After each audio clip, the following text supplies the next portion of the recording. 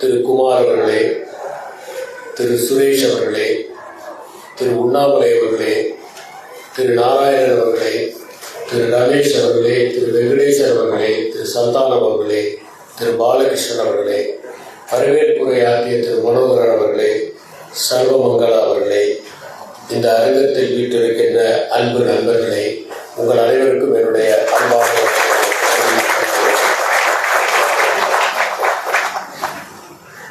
மனிதன் எப்போதுமே ஒருவித அச்சத்தில் இருப்பவன். எந்த மாற்றமும் மனிதனுக்கு பயத்தையே தருகிறது.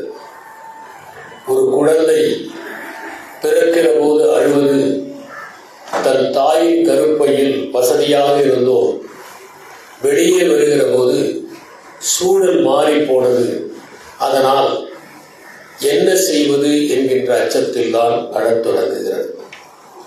மனிதன் சந்திக்கிற முதல் மாற்றமே அவனுடைய பிறப்பு தான். பிறப்பின் போது ஏற்படுகின்ற அந்த அச்சம் இறப்பு வரை ஏற்படுகிறது. எங்கே போகப் போகிறோம் என்பதுதான் அந்த அச்சத்தின் காரணம்.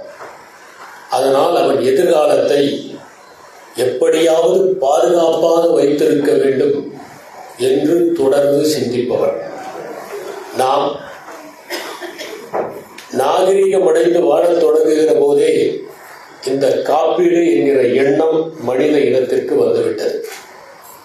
நம்முடைய வீட்டை சுற்றி நாம் மதில் சுவர்களை எழுப்புவது கூட ஒரு வகையான காப்பீடு தான். அதனால்தான் ராபர்ட் ஃப்ராஸ்ட் என்பவர் மெண்டிங் வால் என்கிற அழகான கவிதையை எழுதினார். நீ வேறு பயிர் செய்கிறாய், நான் வேறு பயிர் செய்கிறேன், நீயும் நானும் மிகுந்த நண்பர்கள், நமக்குள் எல்லை பிரச்சனையே இருக்க போவதில்லை, அது அப்படி இருக்க நமக்கு நடுவே எதற்கு மதில் சுவர்கள் என்று மிக அழகாக அந்த மெண்டிங் வால் என்கிற கவிதை பேசும். கண்ணுக்கு தெரிகிற சில சுவர்கள் இருந்தாலும் நமக்குள்ளே கண்ணுக்கு தெரியாத பல சுவர்களும் இருக்கின்றன. காரணம் அச்சத்தின் காரணம். மனிதன் வேட்டையாடுகிற போது எப்போதாவது தான் அவனுக்கு இரை கிடைக்கும். சில நாட்கள் எந்த விலங்கையுமே வேட்டையாட முடியாமல் போய்விடும். அவன் தொடர்ந்து ஓடிக்கொண்டே இருந்தான். அவன் ஓரிடத்திலே நிலை பெற்று வேளாண்மை செய்ய தொடங்கிய போதுதான் காப்பீடே உதவியானது. அப்போது அவன் ஒருவேளை அடுத்த பருவத்தில் பயிர்கள் விளையாமல் போனால் என்ன செய்வது என்று தானியங்களை சேமித்து வைத்தான். அதுதான் மனிதன் செய்த முதல் காப்பீடு. அப்போதுதான் அவனுக்கு ஓய்வு கிடைத்தது, சிந்திக்கின்ற ஆற்றல் பிறந்தது. அப்போதுதான் மொழி உதயமானது. அப்போதுதான் கலைகள் பிறந்தன, காவியம் பிறந்தது, ஓவியம் பிறந்தது, கட்டடம் பிறந்தது. அத்தனையும் அவன் காப்பீடு செய்த காரணத்தால் பிறந்தன. மனிதன் இயற்கையோடு நடத்துகிற சூதாட்ட மேலாண்மை என்கின்ற காரணத்தால் ஒருவேளை பயிர்கள் பொய்த்து போனால் என்ன என்று பசுமாடுகளையும் ஆடுகளையும் வளர்க்க ஆரம்பித்தான். சில நேரங்களில் மழை பெய்யாத போது பயிர்கள் பொய்த்து போன போது அவனுக்கு கால்நடைகள் கை உடைத்தன. நம்முடைய கல்வெட்டுகளில் ஒரு கோயிலுக்கு எத்தனை ஆடுகளின் மூலம் பால் தரப்படுகிறது என்பதை சாவா மூவா ஆடுகள் என்று குறித்து வைத்திருக்கிறார்கள். சாவா மூவா ஆடுகள் என்றால் புதிதாக ஒரு குட்டி பிறந்தால் பயன்படுத்திக் கொள்ளலாம். மொத்த ஆட்டின் எண்ணிக்கை, மொத்த மாட்டின் எண்ணிக்கை அப்படியே இருக்க வேண்டும் என்பதுதான். இன்று கூட உழவர் பெருமக்களுக்கு விலங்குகள் தான் காப்பீடாக இருக்கின்றன. பல நேரங்களில் விளைவித்த பொருட்களுக்கு சரியான விலை கிடைக்காத போது அன்றாடம் இருக்கிற பாலையும் அன்றாடம் இருக்கிற தயிரையும் தான் அவர்கள் தங்களுடைய வாழ்வாதாரத்திற்கு அடிப்படையாக கொள்கிறார்கள். திடீரென திருமணம் நடக்க வேண்டும் என்றால் ஒரு பசுவை விற்கிறார்கள். ஏதேனும் காது குத்த வேண்டும் என்றால் அவர்கள் ஆட்டை விற்கிறார்கள். விருந்தினர் வந்தால் கோழியை விற்கிறார்கள். இப்படி வளர்ப்பு மிருகங்கள் தான் அவர்களுக்கு அடுத்த காப்பீடாக இருந்தன. நம்முடைய தாய்மார்கள் அவ்வப்போது மிஞ்சுகிற காசை கடுகு டப்பாவிலோ மிளகு டப்பாவிலோ போட்டு வருவார்கள். திடீரென கணவன் செலவுக்கு காசில்லை என்று கையை பிசைகிற போது கடுகு டப்பாவும் மிளகு டப்பாவும் தான் உதவிக்கு வரும். ஆனால் அப்படி கணவனுக்கு தெரியாமல் மனைவி ஒழித்து வைத்திருந்த மொத்த தொகையும் வெளிப்படையானது பண மதிப்பிழந்த போதுதான் இருந்தார். அப்போதுதான் பல 500 ரூபாய் நோட்டுகளும் 1000 ரூபாய் நோட்டுகளும் வெளியே வந்தன. தங்கம் கூட ஒரு வகையான காப்பீடு தான். சமயத்தில் வருமானம் இல்லாவிட்டால் அவற்றை அடகு வைத்து குடும்பம் நடந்தது. சில வீடுகளில் அட்டிகைகள் கழுத்தில் இருந்த நேரத்தை விட கடையில் இருந்த நேரம்தான் அதிகம். கடலில் செல்கிற மாலுமிகள் காதிலே ஒரு பொன் வளையத்தை அணிந்திருப்பார்கள். வழியில் இறக்க நேர்ந்திருந்தால் அவர்களுடைய ஈமக்கிரிக்கு அந்த தங்க வளையம் தான் உபயோகப்படும். இன்று கூட வெளியூருக்கு செல்லுகிற போது மோதிரத்தை அணிந்து செல்வது ஒருவேளை எங்கேயாவது பணப்பற்றாக்குறை இருந்தால் அது உதவிக்கு வரும் என்பதனால்தான். பெரியோர்கள் வீட்டிலிருந்து வெளியூருக்கு சென்றால் ஒன்றை சொல்வார்கள். பேருந்திலே போகிற போது 4 சட்டை பையிலும் பிரித்து பணத்தை வைத்துக் கொள்ளுங்கள், ஒன்று பறி போனாலும் இன்னொன்று உதவியாக இருக்கும் என்று. அதுவும் ஒரு வகையான காப்பீடு தான். அதை போலவே பங்கு சந்தையிலே முதலீடு செய்வதாக இருந்தால் எல்லா முட்டைகளையும் ஒரே கூடையிலே வைக்கக்கூடாது, தனித்தனியாக வைக்க வேண்டும். எனவே 4-5 நிறுவனங்களில் முதலீடு செய்ய வேண்டும். கொஞ்சம் நிலத்தில் செய்ய வேண்டும், கொஞ்சம் உற்பத்தியில் செய்ய வேண்டும், ஒன்று சேவையில் செய்ய வேண்டும். அப்போதுதான் ஒன்றிலே வருமானம் இல்லாமல் என்று பெரியவர்கள் சொல்வார்கள். அதை போலத்தான் நம்முடைய உடலிலே கூட ஒரு விதமான காப்பீடு இருக்கிறது. நம்முடைய நுரையீரல் 2 இருக்கிறது, சிறுநீரகம் 2 இருக்கிறது. ஒன்று காப்பீடு நம் உடலிலேயே இருக்கிறது. எதிர்காலம் குறித்த பயம் மனிதனுக்கு எப்போதும் உண்டு. எதிர்காலத்திற்கு திட்டமிடுபவர்கள் ஒரு சிலர்தான் என்பதும் உண்மை. நான் ஒரு சின்ன உருவக கதையை படித்தேன். ஓர் ஊரில் வினோதமான ஒரு பழக்கம். அது ஒரு தீவு, எதிரே ஒரு தீவு. இந்த தீவு நகரங்களாலும் கிராமங்களாலும் ஆனது. எதிரே இருக்கிற தீவோ அடர்ந்த காடுகளால் வனவிலங்குகளால் ஆன தீவு. இந்த தீவிலே மன்னனை தேர்ந்தெடுப்பதற்கு பட்டத்து யானை ஒரு மாலையை வைத்திருக்கும். மாலையை யார் கழுத்தில் போடுகிறதோ அவர்தான் மன்னர். 5 ஆண்டுகளுக்கு. 5 ஆண்டுகள் முடிந்ததும் அவரை எதிரே வனவிலங்குகள் இருக்கிற தீவிற்கு கொண்டு போய் தனியாக விட்டு விடுவார்கள். அந்த வனவிலங்குகளிடம் சிக்கி அவன் சீரழிந்து விடுவான். எனவே மன்னனாக தேர்ந்தெடுக்கப்படுகிறவன் மகிழ்ச்சியை அனுபவிப்பதை விட வருத்தத்தை அனுபவிப்பது அதிகமாக இருக்கும். 5 ஆண்டுகள் முடிந்தால் என்ன ஆகும் என்று கிறிஸ்டோபர் மார்லோ ஃபாஸ்டஸ் என்கிற அற்புதமான ஒரு நாடகத்தை எழுதியிருப்பார். டாக்டர் ஃபாஸ்டஸ் அறிவை தேடுபவர். அறிவுக்காக அவர் பயணம் செய்கிற யாத்ரிகர். அவர் ஒரு கட்டத்தில் அனைத்தையும் படித்துவிட்டு எதை படிப்பது என்று யோசிக்கிறார். மருத்துவம் படிக்கலாமா? படிக்கலாம். ஆனால் செத்தவரை உயிர்ப்பிக்க முடியாது. சாகாமல் ஒருவரை வாழ வைக்கவும் முடியாது. இப்படி ஒவ்வொரு படிப்பாக நிராகரித்து விட்டு நெக்ரோமன்சி என்கிற மாந்திரிகத்தை படிக்கிறார். படித்து முடித்த பிறகு ஒரு நாள் அவர் மெபிஸ்டோபிலஸ் என்று சாத்தானுடைய கையாளாக இருக்கிற ஒருவனை வரவழைக்கிறார். அவன் சொல்லுகிறான், நீ உன்னுடைய ஆன்மாவை எங்களுக்கு உயிரெழுதி கொடுத்தால் 22 ஆண்டுகள் வரை மகிழ்ச்சியாக இருக்கலாம், அதற்கு பிறகு நிரந்தரமாக நரகத்தில் இருக்கலாம். 22 ஆண்டுகள் கழித்து என்னானால் என்ன என்று நினைத்து அவன் உயிர் எழுதி கொடுக்கிறான். மகிழ்ச்சியாக இருக்கிறான். ஒரு நாள் ஹெலனை பார்க்கிறான். Is this the face that launched 1,000 ships and burnt the topless towers of Ilium என்று பாடுகிறான். மகிழ்ச்சியாக போகிற காலம் இறுதியாக வருகிறது.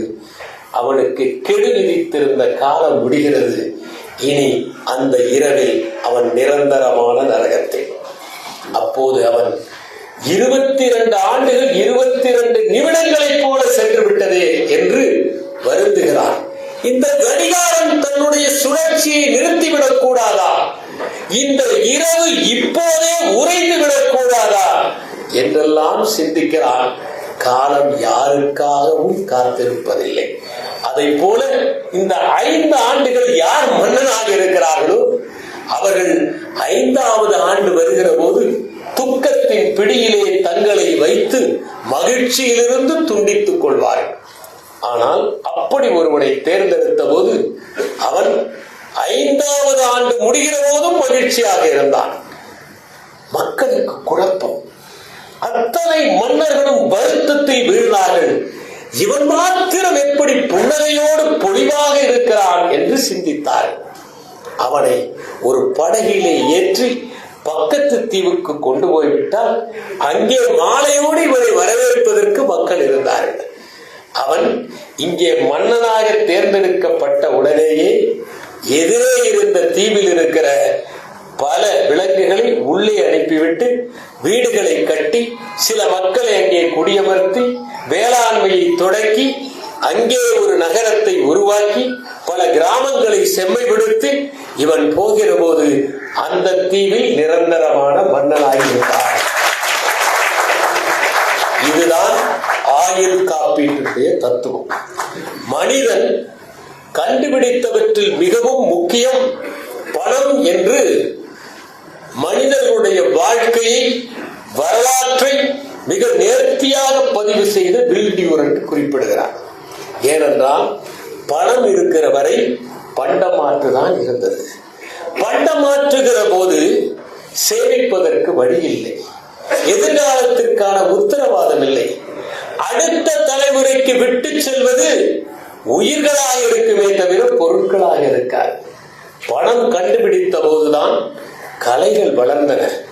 பணம் என்கின்ற ஒன்றை நோக்கி மனிதன் ஓடத் தொடங்கிய போதுதான் அவன் தனக்கான இலக்குகளை நிர்ணயித்தான். தன் வாழ்க்கைக்கான பொருளை கண்டுபிடித்தான். அதை நோக்கி ஓடிய காரணத்தினால்தான் பொருள் இல்லாருக்கு இவ்வுலகம் இல்லை என்று திருவள்ளுவர் கூட தன்னுடைய திருவாய் மலர்ந்தார். அதனால் பணம் என்பதுதான் மனிதனுக்கு எதிர்காலத்தை பற்றிய சிந்தனையையும் சேமித்து வைக்க வேண்டும் என்பதையும் தன்னுடைய அடுத்த தலைமுறைக்கு எதையாவது விட்டு செல்ல வேண்டும் என்பதையும் ஏற்படுத்தியது. அதனுடைய தொடர்ச்சி தான் இந்த ஆயுள் காப்பீடு. ஒரு காலத்தில் சென்னை மாநகரத்தை திரைப்படத்தில் காட்டினால் 3 இடங்களை காட்டுவார்கள். ஒன்று சென்ட்ரல் ரயில்வே நிலையம், இன்னொன்று உழைப்பாளர் சிலை, 3வது LIC கட்டடம்.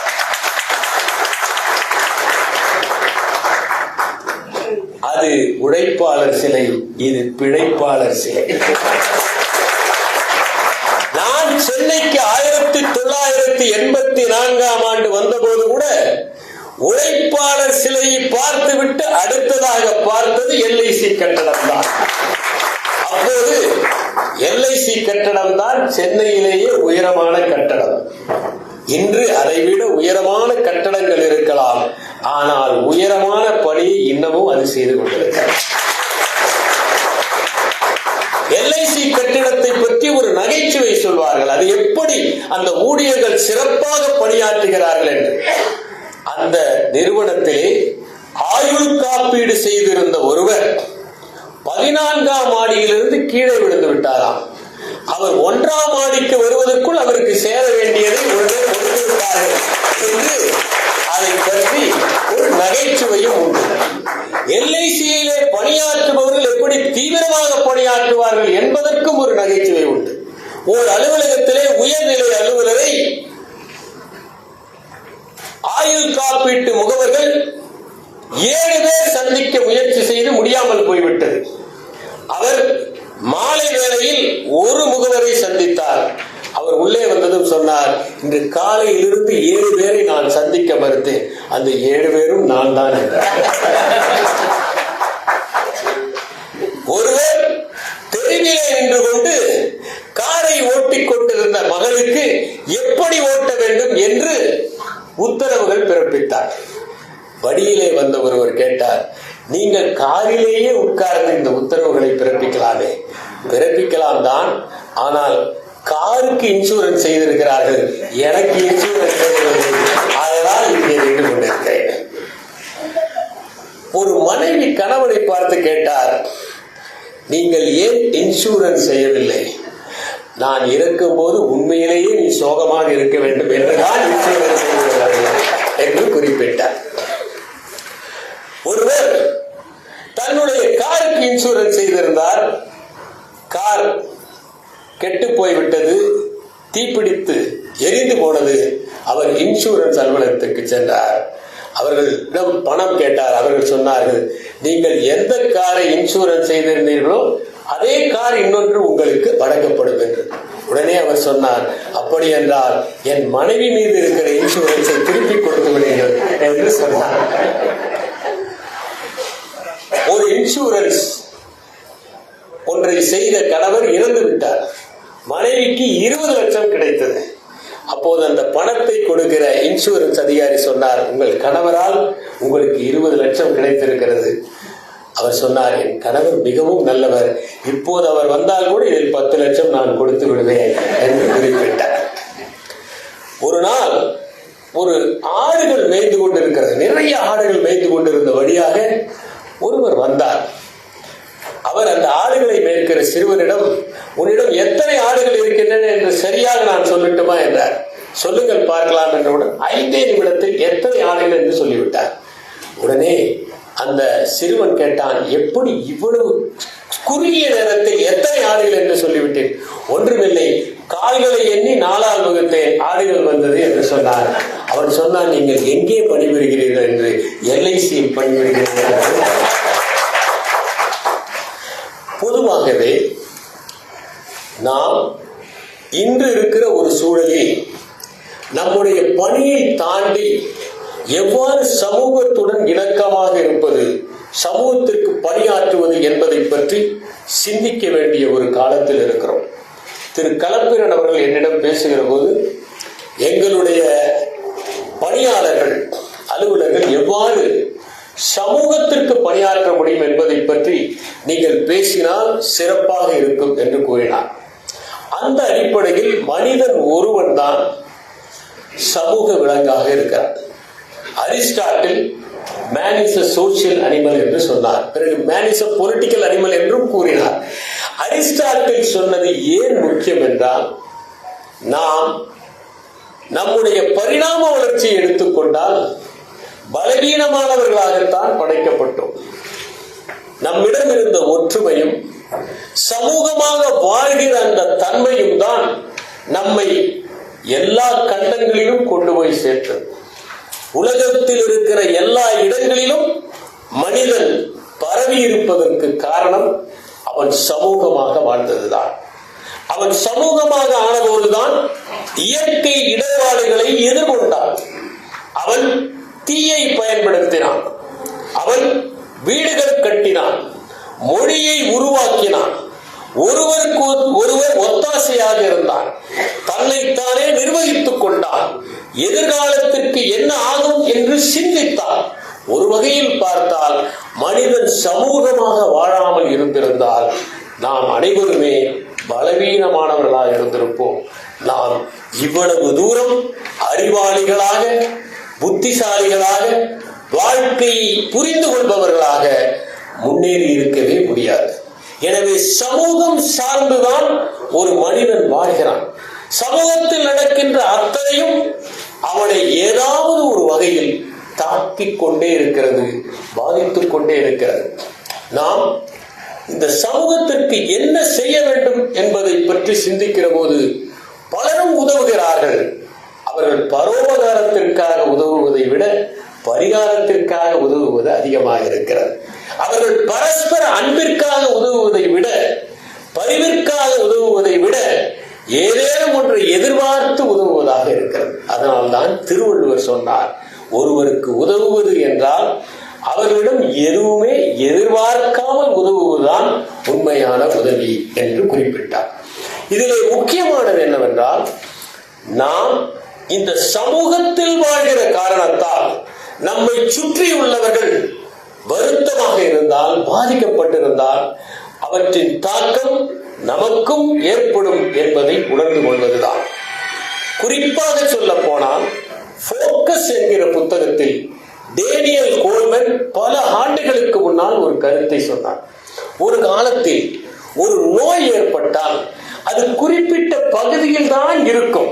உதாரணமாக பிளாக் பிளேக் என்கின்ற ஒன்று இங்கிலாந்தை தாக்கியது. அது இங்கிலாந்தில் மட்டும்தான் இருந்தது. ஆனால் இன்று நாம் விமானத்தில் பறப்பதால் நோய்களும் விமானத்தில் வந்து இறங்குகின்றன. பெருந்தொற்று ஏற்பட்ட போது நாம் சீனத்தில் தானே உருவானது என்று நினைத்திருந்தோம். ஆனால் உலகத்தையே அது குரல் வலையை பிடித்து நெருக்கியது. எனவே மனிதர்கள் எங்கு பாதிக்கப்பட்டாலும் இன்னொரு இடம் பாதிக்கப்படும். நாம் நேபாளத்திலே இருக்கிற மரங்கள் வெட்டப்பட்டால் அது வங்காளத்திலே வெள்ளத்தை ஏற்படும் என்பதை அறிவோம். ஏதோ ஒரு இடத்திலே நிலநடுக்கம் ஏற்பட்டால் இன்னொரு இடத்திலே ஆழிப்பேரலை தோன்றும் என்பதையும் அறிவோம். எனவே நாம் வாழ்கிற சமூகத்திற்கு நம்மால் முடிந்த உதவிகளை செய்வதும், அவர்களுக்கு வழிகாட்டுவதும், சில நேரங்களில் விழிகாட்டுவதும் மிகவும் தேவை என்பதை உணர்பவர்களாக இருக்கிறோம். அண்மை காலமாக நிறுவன சமூக பொறுப்பு, கார்ப்பரேட் சோசியல் ரெஸ்பான்சிபிலிட்டி என்கின்ற பதம் அதிகமாக பயன்படுத்தப்பட்டு வருகிறது. நான் பல நேரங்களில் இந்த நிறுவனங்கள் எவ்வாறு சமூக பொறுப்போடு செயல்பட முடியும் என்பதை சிந்தித்திருக்கிறேன். முதலாவதாக அவர்கள் செய்ய வேண்டியது, அவர்கள் அரசுக்கு செலுத்த வேண்டிய வரியை முறையாக செலுத்துவது. அதுதான் முதல் கடமை. நான் காஞ்சிபுரத்திலே பணியாற்றுகிற போது ஸ்ரீபெரும்புதூர் பக்கங்களில் நிறைய பெரிய பெரிய தொழிற்சாலைகள் வந்தன. அந்த தொழிற்சாலைகள் சொத்து வரியையும் அவர்கள் தங்களுடைய தொழில் வரியையும் கட்டினால் அங்கே இருக்கிற அந்த ஊராட்சி அமைப்புகள் பெறுகிற வருவாய் காஞ்சிபுரம் நகராட்சியை விட அதிகமாக இருக்கும். அவர்கள் முறையாக செலுத்துகிறார்களா என்று தணிக்கை செய்தபோது அந்த ஊராட்சிகளுக்கு பெரும் வருமானம் கிடைத்தது. அங்கே கட்டமைப்புகளை அவர்கள் விரிவுபடுத்த முடிந்தது. அதனால் ஒரு நிறுவனம் அரசுக்கு செலுத்த வேண்டிய வரிகளை முறையாக செலுத்துவது ஒரு சமூக நிறுவன பொறுப்பு என்பதை உணர வேண்டும். அவர்கள் தங்களுடைய பங்குதாரர்களுக்கு ஈவுத்தொகையை முழுமையாக செலுத்துகிறார்களா, முறையாக செலுத்துகிறார்களா, லாபத்தை சரியாக கணக்கு வைத்து கொடுக்கிறார்களா என்பது முக்கியம். அவர்கள் யாரிடமிருந்து பொருட்களை வாங்குகிறார்களோ அவர்களுக்கு முறையாக கட்டணத்தை செலுத்துகிறார்களா என்பது மூன்றாவது முக்கியம். நான்காவதாக அவர்கள் நியாயமான பொருட்களை விற்கிறார்களா என்பது முக்கியம். ஐந்தாவதாக அவர்கள் சரியான விலையில் விற்கிறார்களா. எந்த ஒரு நிறுவனத்திலும் லாபம் இருக்கத்தான் வேண்டும். ஆனால் அந்த லாபம் எந்த சதவிகிதத்தில் இருக்க வேண்டுமோ அந்த சதவிகிதத்தில் தான் இருக்க வேண்டும். மேலாண்மையிலே ஒன்று சொல்வார்கள், ஒரு பொருளை நஷ்டத்துக்கு விற்பது கூட தொழில் தர்மமாகாது என்று. லாபத்திற்கு விற்க வேண்டும், ஆனால் அந்த லாபம் எவ்வளவு இருக்க வேண்டும் என்பதிலே ஒரு நியதி இருக்கிறது. அடுத்தது முக்கியமானது, அவர்கள் ஊழியர்களுக்கான வேலை நேரத்தை சரியாக கணிக்க வேண்டும். அளவுக்கு அதிகமாக நேரம் வேலை வாங்குவது தவறு. ஊழியர்களுக்கு சரியான சம்பளத்தை கொடுக்க வேண்டும். ஊழியர்களுக்கு தேவையான கட்டமைப்புகளை ஏற்படுத்த வேண்டும். அவர்களுக்கு தேவையான கழிப்பறைகள், உணவகங்கள், அவர்கள் வாகனங்களை நிறுத்துவதற்கான இடங்கள், அவர்கள் இளைப்பாறுவதற்கான தேவைகள் ஆகியவற்றை நிறைவேற்றுவதும் அந்த நிறுவனத்தினுடைய முக்கியமான கடமை என்பதை அவர்கள் உணர வேண்டும். அதற்கு பிறகு அவர்கள் தங்களுடைய தொழிற்சாலை சுற்றுச்சூழலுக்கு உகந்ததாக இருக்கிறதா என்பதை உறுதி செய்ய வேண்டும். தங்கள் வளாகத்தை சுற்றி பல மரங்களை நட்டு கரியமிலவாயு உமிழ்வை உறிஞ்சிக் கொள்ளும்படி ஏற்பாடு செய்ய வேண்டும். சுற்றுச்சூழலுக்கு பாதிப்பு இல்லாத வகையில் அவர்கள் உற்பத்தியை மேற்கொள்ள வேண்டும். புதுப்பிக்கத்தக்க ஆற்றலைத்தான் அவர்கள் அதிகம் பயன்படுத்த வேண்டும். கழிவு நீரை அவர்கள் சுத்தம் செய்து பாதிப்பில்லாதவாறு வெளியே விட வேண்டும். அவர்கள் வெளியே விடுகிற கழிவுகள் குறைவாக இருக்க வேண்டும். இவையெல்லாம் இந்த சுற்றுச்சூழலுக்காக ஒரு நிறுவனம் செய்ய வேண்டிய கடமை. அவர்கள் நேர்மையாக நிர்வாகம் நடத்த வேண்டும். கையூட்டு ஊழல் போன்றவற்றில் ஈடுபடக்கூடாது. அவர்களுடைய பொருட்களுக்கு உண்மையான விளம்பரத்தை தர வேண்டும். 5 வாரங்களில் சர்வமே மாறிவிடுவதைப் போல விளம்பரங்கள் கொடுக்க வேண்டிய அவசியம் இல்லை. பரமசிவம் அவர்கள் குறிப்பிட்டிருப்பார், தமிழ்நாட்டை பொறுத்தவரை நாம் நிறத்தை ஒரு பெரிதாகவே கருதவில்லை. படையெடுப்புகள் வந்தபோதுதான் நாம் நிறம் குறித்து அதிகமாக சிந்திக்க தொடங்கினோம். அது அவற்றின் தாக்கம் என்று பண்பாட்டு அசைவுகளில் குறிப்பிட்டிருப்பார். எனவே நியாயமான விளம்பரம் இருக்க வேண்டும். அடுத்தது முக்கியமானது, உள்ளூரிலே கட்டமைப்பு வசதிகள் செய்ய வேண்டும். உள்ளூர் பள்ளிகளிலும் கட்டடங்கள் கட்டித்தர வேண்டும். அவர்கள் மூலாதாரங்களை சரியாக பயன்படுத்த வேண்டும். கல்வித்தொகை போன்றவற்றை அவர்கள் உதவித்தொகை போன்றவற்றை எல்லாம் நிறுவி நன்றாக படிக்கிற மாணவர்களுக்கு, ஏழை மாணவர்களுக்கு உதவ வேண்டும். இப்படியெல்லாம் அவர்கள் தங்களுடைய சமூக பங்களிப்பை செய்யலாம். ஆயுள் காப்பீட்டு கழகத்திலே பணியாற்றுகின்ற நீங்கள் பணத்தை தாண்டி எவ்வாறெல்லாம் மக்களுக்கு பங்களிக்க முடியும் என்பதை பற்றி நான் சிந்தித்தேன். முதலாவதாக நான் சிந்தித்தது, இன்று இருக்கிற சூழலில் இளைய தலைமுறை இந்த பணம் வந்து கொண்டே இருக்கும் என்று நினைக்கிறார்கள். அவர்களுக்கு பணத்தை பற்றிய விழிப்புணர்வு இல்லாமல் இருக்கிறது. பினான்சியல் லிட்ரசி என்று குறிப்பிடுவார்கள். பணம் எவ்வளவு முக்கியம் என்பதையும், பணத்தை எவ்வாறு செலவு செய்ய வேண்டும் என்பதையும், வருகிற பணம் தொடர்ந்து வந்து கொண்டே இருக்கும் என்பது இல்லை என்கின்ற நிலையையும் புரிய வைக்க வேண்டியது கடமையாக இருக்கிறது. எனவே நீங்கள் நிறுவனங்களில் சென்று புதிதாக பணியில் சேர்கிற இளைஞர்களுக்கு பொருளாதாரத்தை பற்றிய விழிப்புணர்வை ஏற்படுத்த வேண்டும். அவர்களுக்கு நீங்கள் நிதியின் மேலாண்மையும் நிதியை பற்றிய விழிப்புணர்வையும் ஏற்படுத்துவது அவசியம். அவர்களுக்கு ஒரு காப்பீட்டை தொடங்குவது நல்லது என்பதை புரிய வைக்க வேண்டும். ஏனென்றால் இன்று பணியில் சேருகிற பல இளைஞர்கள் பணியில் சேர்ந்த உடனேயே ஒரு வீடு வாங்கி அதிலே தவணைகளை செலுத்தி கடைசியில் வீட்டுக்கு எடுத்துக் கொண்டு போகிற தொகை குறைவாக இருந்து சிரமப்படுவதை பார்க்கிறோம். எனவே காப்பீடு அவசியம் என்பதை அவர்களுக்கு புரிய வைப்பதும் முக்கியம். சேமிப்பினுடைய அவசியத்தை எடுத்துச் சொல்ல வேண்டும். சேமித்ததை எவ்வாறு முதலீடு செய்வது என்பதை சொல்ல வேண்டும். சிக்கனமாக வாழ்கிற வாழ்க்கையை மீண்டும் கற்றுத்தர வேண்டியவர்களாக நாம் இருக்கிறோம்.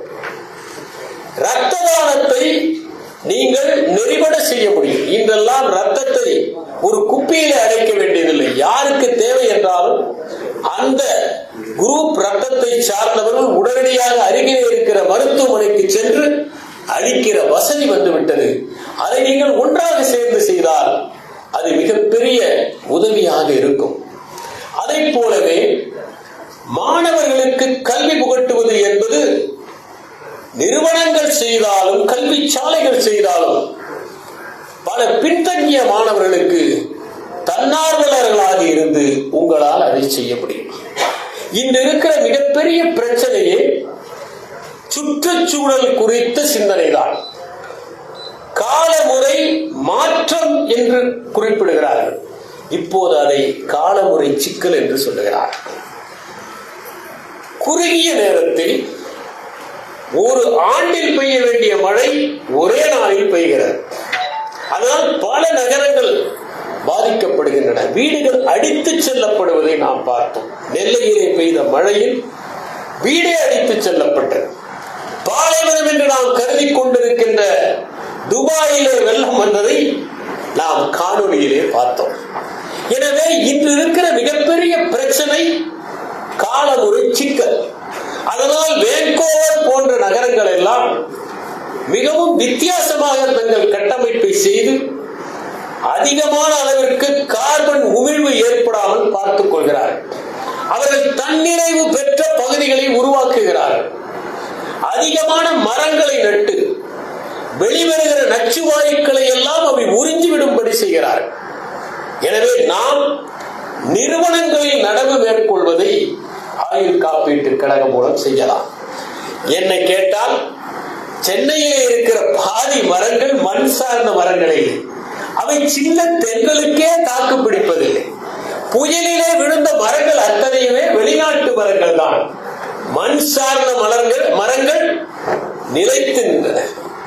எப்போதுமே வேகமாக வளர்பவை எல்லாம் வேகமாக விழுகின்றன.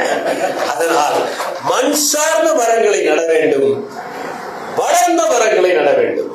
2 ஆண்டுகள் ஆன மரங்களை நட்டால் அவற்றை மாடும் தின்னாது, ஆடும் கடிக்காது, மனிதர்களும் ஒடிக்க மாட்டார்கள். மாடுகளால் ஆகிற சேதத்தை விட மனிதர்களால் ஆகிற சேதம் தான் அதிகம்.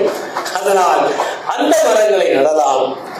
பள்ளி மாணவர்களிடம் மரத்தை கொடுத்து நட வைத்து அவர்கள் பாதுகாக்கின்ற உணர்வை நம்மால் ஏற்படுத்த முடியும். மருத்துவ காப்பீட்டை பலருக்கும் கொண்டு போய் சேர்ப்பதும் ஒரு மகத்தான சேவை. இன்று இருக்கிற பலர் உடலை பற்றியும் உணவை பற்றியும் தெளிவு பெறாதவர்களாக இருக்கிறார்கள். உடற்பயிற்சியின் முக்கியத்துவத்தை, உணவின் முக்கியத்துவத்தை, மருத்துவ காப்பீட்டின் முக்கியத்துவத்தை, சுகாதாரத்தின் முக்கியத்துவத்தை எடுத்துச் சொல்கிற பணியை நீங்கள் பல பகுதிகளில் மேற்கொள்ளலாம். நான் சொல்வது வளர்ச்சியடைந்த பகுதிகளில் சொல்லவில்லை, ஒதுங்கி இருக்கிற பகுதிகளில்.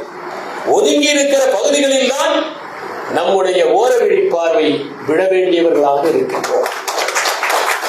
நாம் முதியோர் இல்லங்களுக்கு நம்முடைய உதவி செய்யலாம், ஆதரவற்றோர் இல்லங்களுக்கு நம்முடைய உதவி செய்யலாம். முதியோர் உள்ளங்கள் என்று சொன்னால் அங்கே உணவு கொடுப்பதில்லை.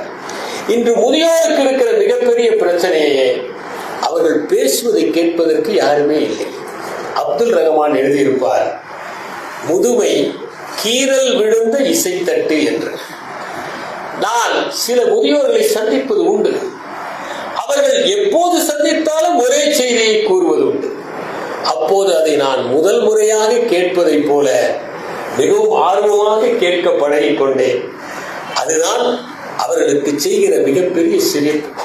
முதியோர் இல்லங்களிலே ஆய்வு செய்தவர்கள் சொல்லுகிறார்கள், அவர்களுக்கு வசதிகள் இல்லாதது பிரச்சனை அல்ல, தனிமைதான் மிகப்பெரிய பிரச்சனை.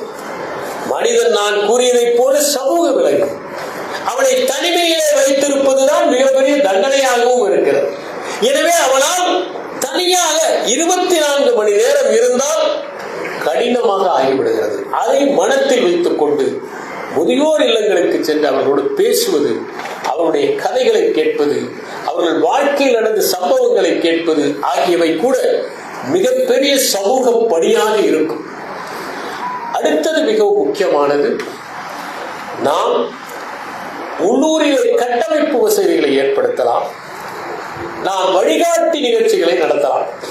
பல இடங்களில், கிராமங்களில் என்ன செய்வது, எதிர்காலம் என்ன என்று தெரியாமல் மாணவர்கள் குழம்புகிறார். நகரத்திலே பிரச்சனை இல்லை, ஏனென்றால் பெற்றோரை வழிகாட்டுகிறார்கள். அப்படி பெற்றோர் வழிகாட்டுவதே பிரச்சனையாக இருக்கிறது. அவர்கள் வழிகாட்டாமல் இருந்தாலே அந்த மாணவர்கள் சிறந்து விளங்குவார்கள். ஆனால் அவர்கள் வழிகாட்டுவதே சில நேரங்களில் தவறான வழிகாட்டுதலாக இருக்கிறது. என்னுடைய அலுவலகத்தில் ஒரு பெண்மணி மகன் பள்ளி இறுதித் தேர்வை எழுதுகிறார் என்று மருத்துவ விடுப்பு போட்டார். நான் அந்த பெண்மணியை கூப்பிட்டேன். அவரிடம் சொன்னேன், நீங்கள் விடுப்பு போடாமல் இருந்தால் உங்கள் மகன் அதிக மதிப்பெண், நீங்கள் விடுப்பு போடுவதுதான் பிரச்சனை என்று சொன்னேன். அவர் கேட்கவில்லை. சகல நேரமும் அந்த மகனிடமே உட்கார்ந்து இருந்த போது அவன் யாராவது பார்த்து கொண்டிருந்தால் எப்படி படிப்பது? நம்முடைய குழந்தைகள் தானாக பாடும்போது நன்றாக பாடும். மாமா வந்திருக்கிறார் பாடு என்றால் அபஸ்வரத்தில் பாடும். ஏனென்றால் ஒருவர் பார்க்கிற போது நம்மால் ஒரு கலையை நிகழ்த்த முடியாது, அது இயல்பாக நடக்க வேண்டும். அதை போல வழிகாட்டுவதற்கான நிகழ்ச்சிகளை நடத்தலாம். நலிந்த மாணவர்களுக்காக கல்வி உதவித்தொகை போன்றவற்றை நிறுவலாம். ஒரு சிற்றூரை எடுத்துக்கொண்டு நான் பல இடங்களில் கூறுவது, தயவு செய்து நீங்கள் செய்கிற உதவிகளை பல இடங்களில் பரவலாக செய்யாதீர்கள். கடைசியில் யாருமே பயன் பெறாமல் போய்விடுவார்கள். 10 பேருக்கு ஒரு அப்பளத்தை பரிமாறுவதை விட ஒருவருக்கு முழு உணவை பரிமாறுவது நல்லது. அதை போல ஒரு சிற்றூரை எடுத்துக்கொண்டு அந்த இடத்திலே நீங்கள் உங்களால் ஆன பல உதவிகளை செய்தால் அந்த சிற்றூர் 5 ஆண்டுகளில் 6 ஆண்டுகளில் மிகப்பெரிய வளர்ச்சி அடையும். நாங்கள் இப்போது கண்ணகி நகரை எடுத்துக்கொண்டு அங்கே சில வளர்ச்சி பணிகளை செய்து வருகிறோம். அங்கே தொடக்கத்திலே நாங்கள் ஏற்படுத்தியது மாலை நேர கல்வி வகுப்புகள் தான். ஆனால் இப்போது அது தொழிற்பயிற்சி, திறன் பயிற்சி, புத்தகங்கள் எழுதுவதற்கு மாணவர்களுக்கு கொடுக்கிற பயிற்சி, அங்கே இருக்கிற பொருளாதார சூழலுக்கு ஏற்ப நிகழ்த்தக்கூடிய சில முயற்சி என்று பலவற்றை நிகழ்த்தி இப்போது கண்ணகி நகரில் சென்ற ஆண்டு வரை 270 மாணவர்கள் முதல் தலைமுறையில் பட்டதார்கள். இந்த ஆண்டு 105 பேர் கல்லூரியை சேர்ந்திருக்கிறார். அந்த வீட்டிலே யாருமே படித்தது கிடையாது. ஏன் மேல்நிலை வகுப்புக்கே சென்றதில்லை. அந்த வீட்டிலே இருந்து ஒரே ஓர் அறையிலே தங்கியிருக்கிற குடும்பத்திலிருந்து கல்லூரிக்கு சேர்வதற்கு காரணம் தொடர்ந்து நம்முடைய கண்காணிப்பும் தொடர்ந்து நாங்கள் கொடுக்கிற ஊக்கமும் தான். இதை நீங்கள் அனைவரும் செய்வதற்கான வாய்ப்புகள் நிச்சயம் இருக்கின்றன. அதுவும் பல வீடுகளை சென்று பார்க்கிற போது ஒற்றை பெற்றோர் இருக்கிறார்கள், கணவன் இல்லை. சில வீடுகளில் மனைவி இல்லை, சில வீடுகளில் இருவரும் இல்லை. இருவரும் இல்லாத வீடுகளில் நீங்கள் செய்கிற உதவி பேருதவியாக இருக்கும். அதை போலவே முதல் தலைமுறையை சார்ந்த மாணவர்களுக்கு அளிக்கின்ற அந்த ஊக்கமும் மிகப்பெரிய உதவியாக இருக்கும். உள்ளூர் பள்ளிகளில் கட்டமைப்புகளை ஏற்படுத்துவதோடு நின்று விடாமல் நீங்கள் வாசிப்பு மன்றங்களை நிகழ்த்தலாம். இன்று இருக்கிற மிகப்பெரிய பிரச்சனையே நாமே வாசிப்பதை குறைத்துக் கொண்டு விட்டோம். 20 ஆண்டுகளுக்கு முன்னால் நாம் புத்தகங்களோடு இருந்தோம், இப்போது கைபேசியோடு இருக்கிறோம். வாசிக்கிற பழக்கம் ஒரு மனிதனை மேம்படுத்துவது மட்டுமல்ல, மெருகேற்றுகிறது, மேன்மை அடைந்தவனாக ஆக்குகிறது. அவன் சிந்தனைகளுக்கு சிறகு முளைக்க வைக்கிறது, அவனை பரிவு உள்ளவனாக கனிவு உள்ளவனாக ஆக்குகிறது. எனவே வாசிக்கிற பழக்கத்தை பள்ளிகளிலே தொடக்குவதற்கு உங்கள் காப்பீட்டு கழக ஊழியர்கள் நிச்சயமாக உதவி செய்ய முடியும் என்று நான் கருதுகிறேன். அதை போலவே திருநங்கைகள் திருநம்பிகள் போன்றவர்களை ஒழுங்குபடுத்தி அவர்களுக்கான சில முயற்சிகளை நீங்கள் அவசியம் மேற்கொள்ள முடியும். பல இடங்களில் அவர்கள் சிதறி இருக்கிறார்கள். அவர்களை சேர்த்து அவர்களுக்கு ஒரு பயிற்சியை கொடுத்தால், பயிற்சி கொடுப்பதற்கு திறன் மேம்பாட்டு கழகம் இருக்கிறது, ஒருங்கிணைப்பதற்குத்தான் நாம் தேவை.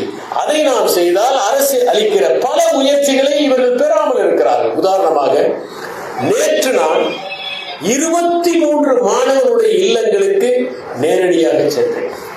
அவர்கள் எல்லாம் 10ஆம் வகுப்பு 12ஆம் வகுப்பு படிக்கிறார்கள். அவர்களுக்கு 1/2 கிலோ இனிப்பை கொடுத்துவிட்டு நன்றாக படிக்க வேண்டும் என்று உற்சாகப்படுத்தேன். அங்கே சில வீடுகளில்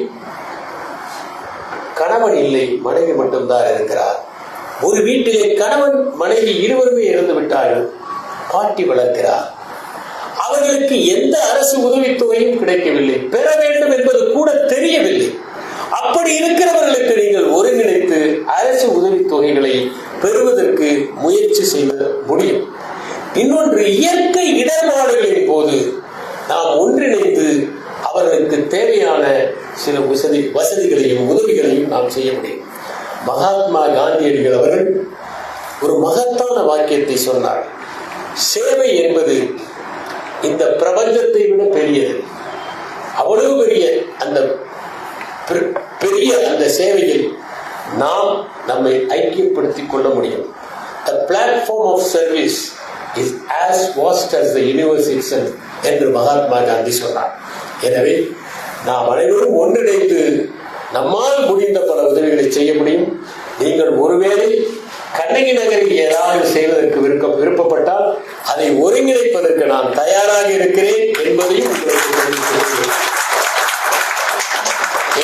நண்பர் ஒருவர் கேட்டார், ஆயுள் காப்பீட்டு கழகத்தில் காலையில் போய் பேசுகிறீர்களே, அவர்கள் என்ன நினைவு பரிசு தருவார்கள் என்று சொன்னேன். கேட்டார்.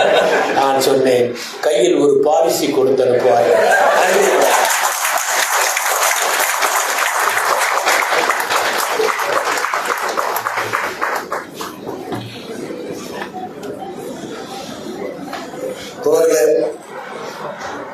துவக்கத்தில் சொன்னதை போல நம்ம எப்படிப்பட்ட ஒரு நபரை இந்த மாநாட்டுக்கு அழைத்திருக்கிறோம் என்பது அவர் தேசிய பணியாற்றிய தளங்களிலிருந்து இதே பணிகளை நாமும் நம்மால் முடிந்த அளவுக்கு செய்து கொண்டிருக்கிறோம். மரியாதைக்குரிய சிறப்பு அவர்களுக்கு பணி ஓய்ந்த மேடையிலிருந்து நமது சங்கத்தின் சார்பில் சொல்லிக் கொள்கிறோம்.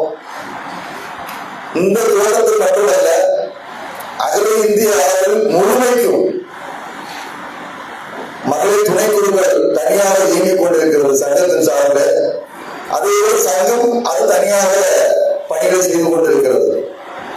எங்களுடைய எல்லா கோட்டங்களிலும் இருக்கக்கூடிய மகளிர் துணைக்குழுக்கள், குறிப்பாக சென்னையை எடுத்துக்கொண்ட சென்னை கோட்டம் 2 இந்த கோட்டத்தில் இருக்கக்கூடிய மகளிர் துணைக்குழுக்கள் 20 ஆண்டுகளுக்கும் மேலாக சென்னையை கடந்து திருவள்ளூர் மாவட்டத்தில் இயங்கிக் கொண்டிருக்கக்கூடிய கிட்டத்தட்ட 12 வரைக்கும் இயங்கிக் கொண்டிருக்கக்கூடிய அடிப்படை வசதிகள் இல்லாத அரசு கல்வி நிறுவனங்களை கையில் எடுத்து அதை புனரமைப்பு செய்து கொடுத்து அந்த பிள்ளைகளுக்கு தேவையான வசதிகளை ஒவ்வொரு ஆண்டும் தங்களால் முடிந்த அளவுக்கு ஊழியர்களுடைய ஒத்துழைப்பை நாங்கள் செய்து வருகிறோம் என்பதை இந்த நேரத்தில் தெரிவித்துக் கொள்கிறோம்.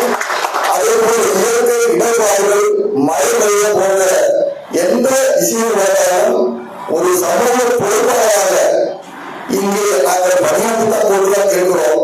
அதை இன்னும் கூடுதலாக விருந்த தயாரிப்பில் கொண்டு செல்வதற்கு நீங்கள் அளித்த பல்வேறு ஊக்கமான தகவல்கள் எங்களுக்கு பெரும் எழுச்சியாக இருக்கிறது.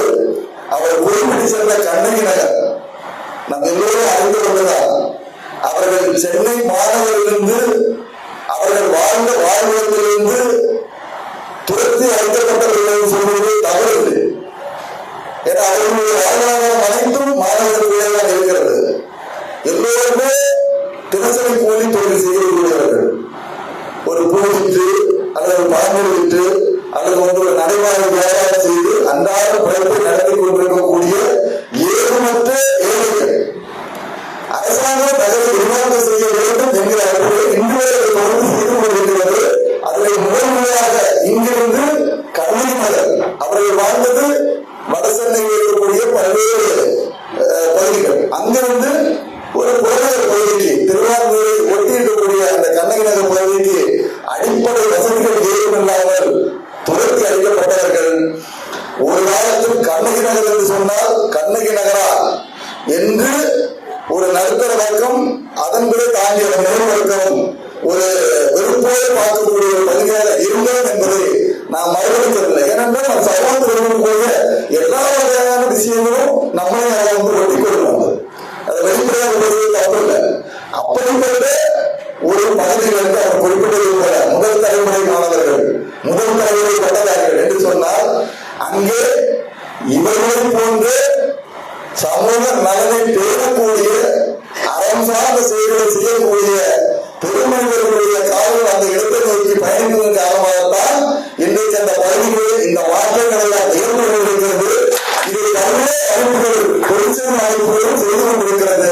உண்மையிலே காப்பீட்டு கழக ஊழியர்கள் சென்னை கொடுக்கும் 2 எதிர்காலத்திலே அந்த மகளிர் துணைக்குழு சார்பில் அடுத்த சில உதவிகளை அந்த பகுதியில் செய்வதற்கு நாங்கள் நிச்சயம் உறுதிப்படுகிறோம். அது என்ன மாதிரியான உதவிகள் என்பது வருவது உங்களிடம் வந்து ஆலோசனை பெறுகிறோம் என்பதையும் இந்த நேரத்திலே அடக்கத்தில் தெரிவித்துக் கொண்டு மரியாதைக்குரிய திரு இறையன்பு அவர்களுக்கு நாங்கள் தொழிற்சங்கத்தின் சார்பில் பாலிசி தரமாட்டோம். எங்களுடைய முதுநிலை கோட்ட மேலாளர் அவர்கள் இங்கே வருகை வந்திருக்கார்கள். அடுத்து பேச இருக்கிறாங்க. அவங்க இன்னும் கூடுதலான சில